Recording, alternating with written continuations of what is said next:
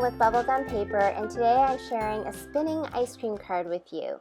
This card incorporates a mirror stamping technique that I shared about a year ago in a baby card, so I'll put a link to that video here. And I'm also using products from Lawn Fawn, just like I did last year. However, today's card is inspired by McConnell's Fine Ice Creams. Now, McConnell's is a Santa Barbara-based ice cream store, and they just recently opened a shop really close to my house here in LA. So I really love their sea salt cream and cookie ice cream, and I decided I loved it so much that I wanted to make a card that was inspired by their ice cream. Here's a close-up of what the card looks like, and let's get started. The products I'm using today include the Lawn Fawn Treat Yourself ice cream stamp set, the Lawn Fawn Here's the Scoop stamp set, the Simon Says stamp Big Birthday Wishes and Stitched Rectangles, and then the Lawn Fawn Scalloped Rectangle Stackables. I'm also using some Copic friendly cardstock, that's Nina Solar White 110 pound, some Teresa Collins pattern paper, a few scraps of red cardstock, and 2 A2 size top folding cards, which I'm going to glue together to make a tri-fold card. As with most of my cards, I'm using Memento Tuxedo Black ink, and I'm just going to stamp all of the cards that I want on this Copic friendly cardstock. I'm using Nina Solar White 110 pound cardstock here.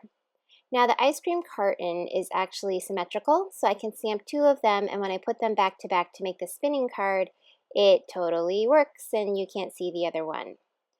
The ice cream cone, however, is not completely symmetrical, so even though I stamped a couple here, I actually think I stamped a bunch because I wanted to put ice cream all over this. I was so in the mood to eat ice cream, but I do have to do some mirror stamping there, so I will show you how I do the mirror stamping. And then I added a bunch of scoops too. I really wanted to eat ice cream. So then I go and I add the ice cream scoop. And for the mirror stamping, now the ice cream scoop and the ice cream cone aren't perfectly symmetric. So what I'm going to do is I'm taking this other stamp, the sort of the larger stamp from the birthday wishes, Big Birthday Wishes, and I'm placing that on the back of an acrylic block. And if you watched my other mirror stamping video, you saw me use the same technique. So what this will do is I'm going to take my Memento Tuxedo Black ink and ink up the ice cream scoop, and I'm going to carefully stamp it on the back of the bigger stamp. And that was on the smooth side of the stamp. So I carefully press that down, and now I have a mirror image. It's a little bit lighter than the real one, but it totally works. So then I wipe that off, and I'm going to take the ice cream cone and use the exact same technique. So I'm going to take the ice cream cone, ink that up with the Versamark ink, stamp it on the smooth side of the Celebrate stamp very carefully, and then I'm going to push that back down on the cardstock. So in both cases, they're very light. I think this one, when I first did it, it didn't, it kind of was a little fuzzy on the edges, I think because I didn't dry my ink block or my shiny stamp part completely. So I did it one more time where it was completely dry, and then I pushed that down, and this second one that I did was actually better.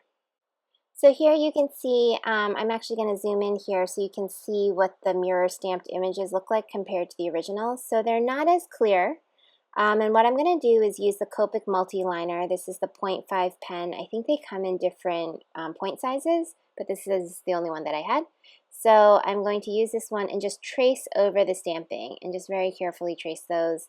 And the same thing with the ice cream cone. I'm just going to carefully trace over all the edges of the ice cream cone. And this Copic multi-liner is actually Copic friendly, meaning it works with any alcohol-based marker and it won't smudge or smear. So when this is all said and done, then the version that I actually mirror stamped ends up being slightly darker than the original stamped version. But that works out well, so after I color it, you almost can't tell the difference between the two. Now the last thing I'm going to do is go back and stamp a heart in the center of the ice cream carton label. I felt like there was something missing there, so the heart fills up this space and makes it happy. And now I'm starting the Copic coloring. So I'm going to use a series of blacks and grays and reds, since the ice cream is going to be a strawberry flavored ice cream. So I'm sticking to one color family, or one color scheme, I should say, partly because I was inspired by the McConnell's ice cream carton and their delicious, amazing ice cream. And then the other part because I wanted to make sure there weren't too many colors happening in this card. So I'm going through and I'm just going to speed this up because there's a ton of coloring that I end up doing, and you'll see that I don't end up using the ice cream scoops right now, but I'm sure I will use them later for something else. So I'll be back at the end of the coloring.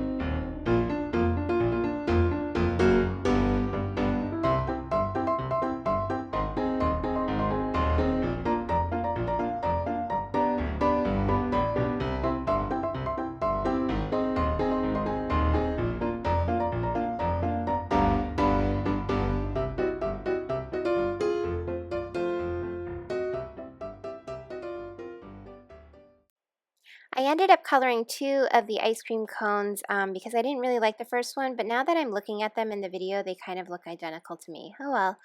Anyways, I'm taking the coordinating dies and I'm cutting out the ice cream cartons and the ice cream scoop that's kind of with the open mouth facing to the left, and then the ice cream cone with the smile facing to the right. And these are the ones that are the main, I guess, the right direction or the normal direction of all of the dies. Then I'm going to go ahead and do the second carton, and this one, like I said, is symmetrical to on either side. So when I cut these out and I place them back to back, they match perfectly there. Now for the 2 images that were mirror stamped, I have to turn the paper around and use the light to see where the edge of the images are. If I do it on the front, it won't completely fit, but when I hold it up from the back, it matches perfectly. So I'm just using some washi tape to hold that in place. I'm doing the same with the ice cream scoop. I'm turning it around and I'm going to place some washi tape down. And I'll run that through the die cutting machine. And then when it comes out, even though the cut is kind of on the other side, it cuts out the line perfectly, and I can put these guys back to back and then it fits. Same thing with the ice cream scoop. Now I'm going to cut out the window from the main card, and I also want to cut out a little sort of red scalloped frame. I wanted to incorporate the red from the ice cream carton. So what I'm doing is I'm using the Lawn Fawn scalloped rectangle stackables. It's one of the smaller ones, and I'm cutting 2 of those out from scrap red cardstock. You can use any kind. And then I'm going to use the Simon Says Stamp stitched rectangle and line that up perfectly, holding it down with some washi tape, and I'm running that through twice as well. So then I'll get 2 sort of thin red window border frames. Then I'm going to take this really fun Teresa Collins black and white striped diagonal pattern paper, and I'm cutting the largest stitched rectangle from that, and I'm placing that on the front of my card base, just temporarily with some glue. I want to line that up perfectly, and then I'm taking the same stitched rectangle I used in the red window, and I'm placing that right in the center, and I'm running that through. And the reason why I'm running it through both layers is so I can make sure they line up perfectly. So I'm cutting it through. I think if I went through 3 or 4 times, both layers would have cut out, but I just went through, took the top layer off, and then the white one cut out really easily. And then I'm going to make a window frame for the inside card front as well. So I'm just using both of those dies and running it through some of the black and white cardstock. Now to assemble the spinning pieces, I'm taking each of the pairs and I'm just going to glue them back to back and put some metallic string between them. Here I'm putting the lid on. I wanted to put the lid at an angle to show off some of the ice cream. Then I realized that's not going to work out symmetrically unless I want the lid on the other side kind of tilting in the other direction. So I cover it up, and then you guys will know that there's strawberry ice cream under that lid, but the person who gets the card in the end will not know unless they try to take that card apart.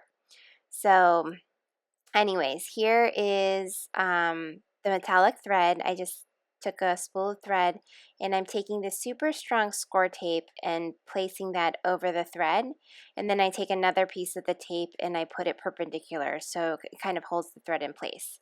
So same thing with the ice cream scoop. I'm measuring it against my craft mat and I want this at an angle, so I'm kind of using the craft mat as a guide, and I'm placing the score tape down, and then I take another piece and I put it sort of perpendicular to that. So here's the ice cream cone, lining that up, putting the metallic thread through it, and then I'm taking the score tape, placing that down, and here I make a little X with these other pieces of score tape, and this really is super strong and it'll hold everything in place. So now I'm going to place all three of those spinning elements on the inside front of the card panel. So I've placed two pieces of score tape along the top and the bottom, and I'm just lining up this ice cream cone. I couldn't get it perfectly, so I went back a couple times. But I'm holding those in place, and then I'm going to take another piece of tape and put it over the thread. What I end up doing is weaving it. So I kind of bring this tape down and I put a third piece down and I weave it back up. This way, if you try to pull on the thread, or if you accidentally pull on the thread, it shouldn't come apart. Like, this is almost like tying a knot, even though I didn't tie a knot. So the tape, like I said, is super strong and it's going to hold all the pieces in place. Now the final part is I'm going to take that striped frame and I'm just going to cover up all of that tape and all the thread, and I'm doing the same on the front. And then I'm going to take those red scalloped rectangles and apply some liquid adhesive on the back of them and place them right over the window just to have an added embellishment to the front. And I'm doing that same thing to the inside front of the card.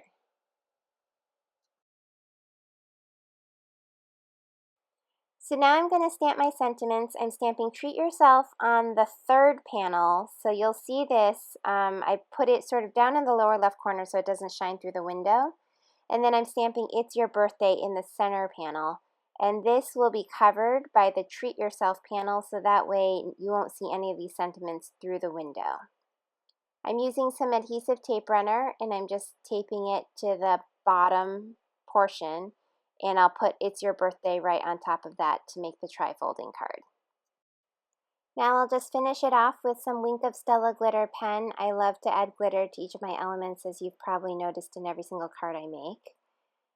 And when you think about packaging this in the envelope, one thing you can do is spin each of the elements a few times. So here I'm just spinning all of them up. And when you give it to your recipient and they open it, so this is how I would give it to the recipient. When they open it, the elements spin and you can see Treat Yourself, It's Your Birthday. Here's another look at the finished card, and as always, thank you all so much for watching and subscribing to my channel. I'm putting a link here to the mirror stamping card I made last year, and another link to a technique video that incorporates these light stickers to make your card light up. You can follow me on social media at Bubblegum Paper or visit my blog at bubblegumpaper.com. Thanks again, and catch you next time. Have an awesome week.